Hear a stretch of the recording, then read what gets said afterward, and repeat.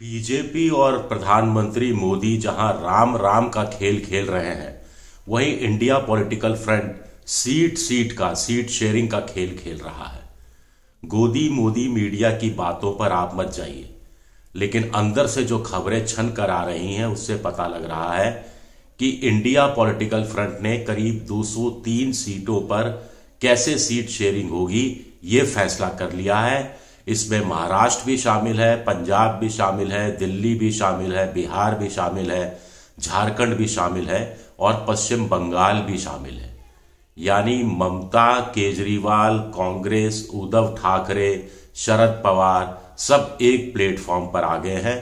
लोग तो कह रहे हैं कि संयोजक पद की नियुक्ति भी अगले कुछ दिनों में हो जाएगी और इंडिया का एक अध्यक्ष भी बना दिया जाएगा। और जब संयोजक पद की बात कर रहा हूं तो नीतीश कुमार के चेहरे पर क्या मुस्कान आएगी।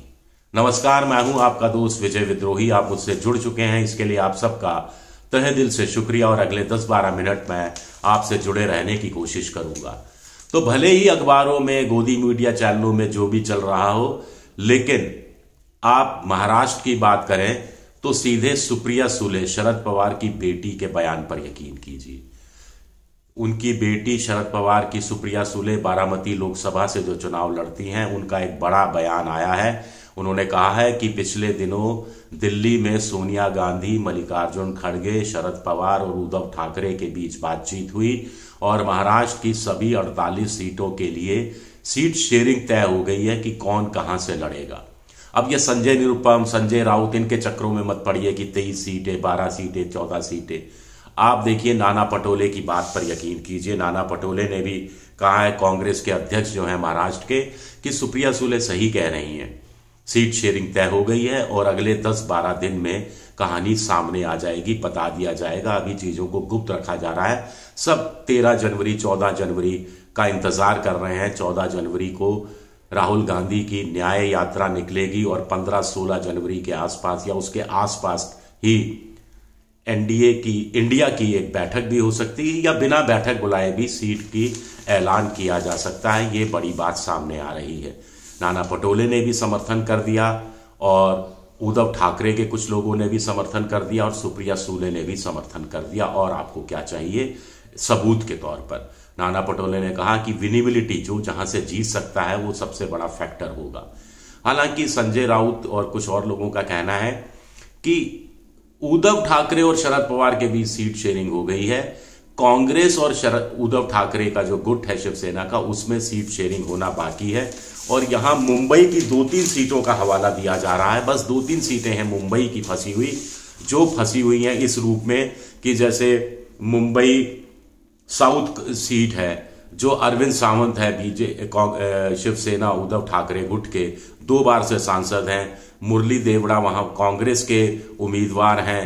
कांग्रेस चाहती है कि वहां जैनी बहुत है, मारवाड़ी बहुत है, मुसलमान बहुत हैं, तो बदली हुई परिस्थिति में ये सीट मुरली देवड़ा को दी जाए। इस बारे में उद्धव ठाकरे और सोनिया गांधी अगले कुछ दिनों में मिलकर, मल्लिकार्जुन खड़गे भी साथ होंगे, स्थिति साफ कर देंगे।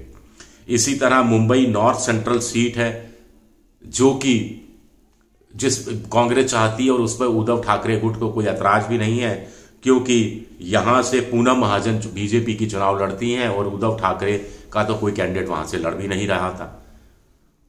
मुंबई साउथ सेंट्रल सीट है, जहां पर शिवसेना के राहुल शिवाले चुनाव जीते थे पिछली बार, वो शिंदे के साथ चले गए हैं। इसीलिए कहा जा रहा है कि बदली हुई परिस्थिति में कांग्रेस ये सीट अपने लिए चाह रही है। इसी तरह थाने, कल्याण, डोंबिवली, भिवंडी और मीरा भाईंदर की जो सीटें हैं, उसको लेकर थोड़ी सी हिचक है, लेकिन वो जल्द दूर हो जाएगी। मोटे तौर पर चीजें तय हो गई हैं।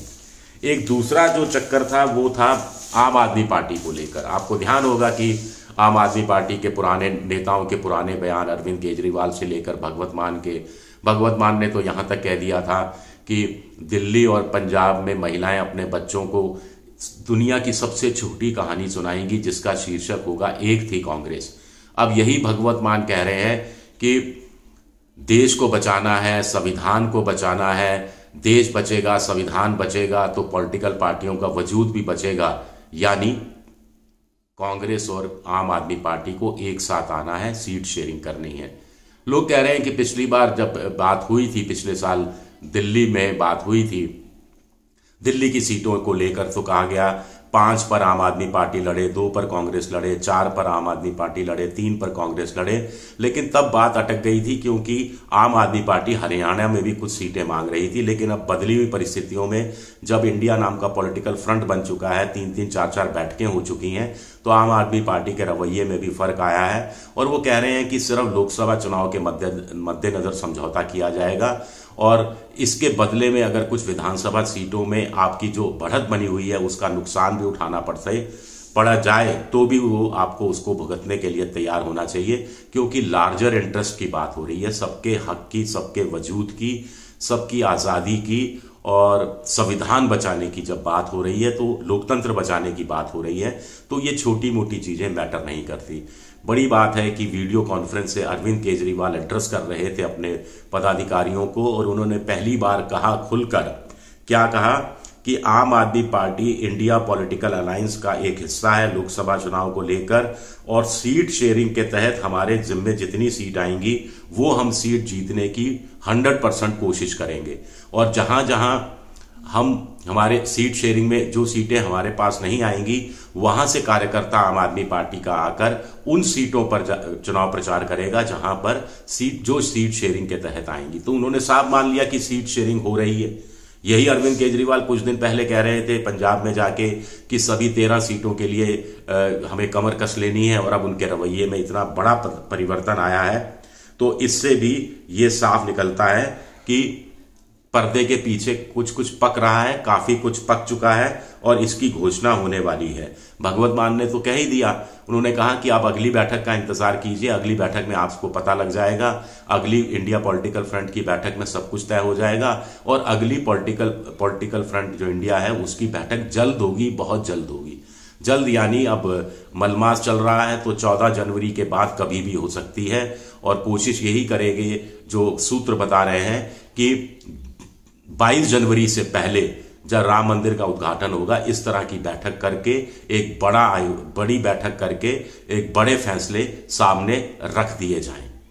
पश्चिम बंगाल में भी दिक्कत नहीं है। पश्चिम बंगाल में कांग्रेस 2 सीटें पिछली बार जीती थी, 2 सीटें ममता देने को तैयार हो गई हैं सूत्रों के अनुसार, 2-3 सीटें और दी जा सकती हैं, इस पर विचार हो रहा है।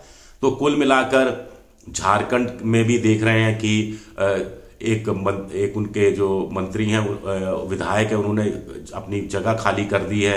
कहा जा रहा है कि हेमंत सोरेन जो मुख्यमंत्री हैं उनको 7वीं बार ईडी का सम्मन आ रहा है तो उनको शायद गिरफ्तारी हो सकती है। तो पहले से तैयारी हो रही है कि उनकी पत्नी कल्पना सोरेन को मुख्यमंत्री बना दिया जाए, तो वो जगह इसलिए खाली गई है, ऐसा कुछ लोग बता रहे हैं।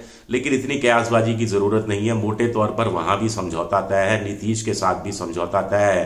तेजस्वी यादव कह ही चुके हैं कि 2-4 सीटें ऊपर नीचे हो कोई फर्क नहीं पड़ता, बड़ा दिल रखना चाहिए। बड़ी बात है कि समझौता होना है, बड़ी बात है कि बीजेपी के खिलाफ एक संयुक्त उम्मीदवार को उतारना है, बड़ी बात है कि 2024 में नरेंद्र मोदी की सत्ता को उखाड़ फेंकना है। यही बात कहीं ना कुछ इसी ऐसे ही शब्दों में अखिलेश यादव की तरफ से भी कही गई है। उनका स्टैंड भी सॉफ्ट हुआ है कि 2-4-5 सीटें ऊपर नीचे हों उससे कोई फर्क नहीं पड़ता है, सीट शेयरिंग होना ज्यादा जरूरी है।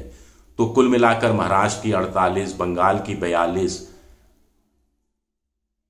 बिहार की 40, झारखंड की 14, पंजाब, चंडीगढ़ और दिल्ली की मिलाकर 21 और दक्षिण में हम भूल जाते हैं तमिलनाडु, वहां पर डीएमके, कांग्रेस, वाम मोर्चा सब एक साथ हैं और वहां की पुडुचेरी की मिलाकर 40 सीटें, यानी 203 सीटें ऐसी हैं जहां पर फॉर्मूला तय हो चुका है, सब कुछ तय हो चुका है, बस घोषणा होनी बाकी है।